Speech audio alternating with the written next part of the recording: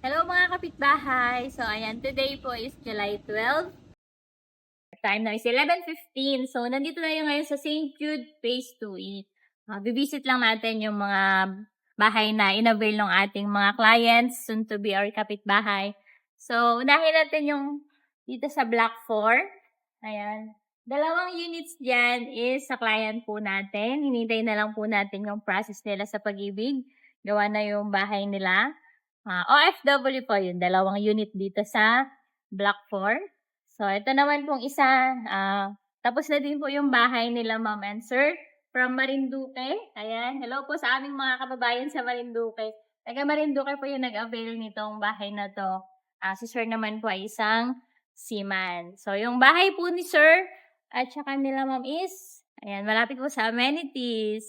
So, may anak sila. So, yan, sigurado ako lagi nandito yan sa sa playground pag nandito sila sa Lucena.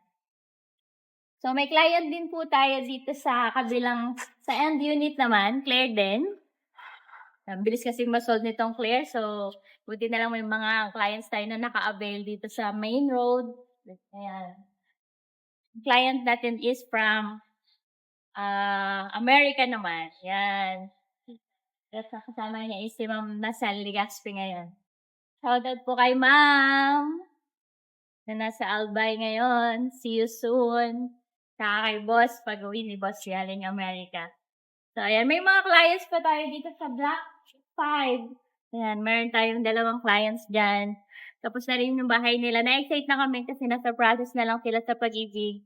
Ayan. Hopefully bago mapabilis pa yung ating proseso sa pag-ibig para naman makalipat na sila at saka sila ay maging kapitbahay na natin dito sa Phase 2 sa St. Jude Lucena.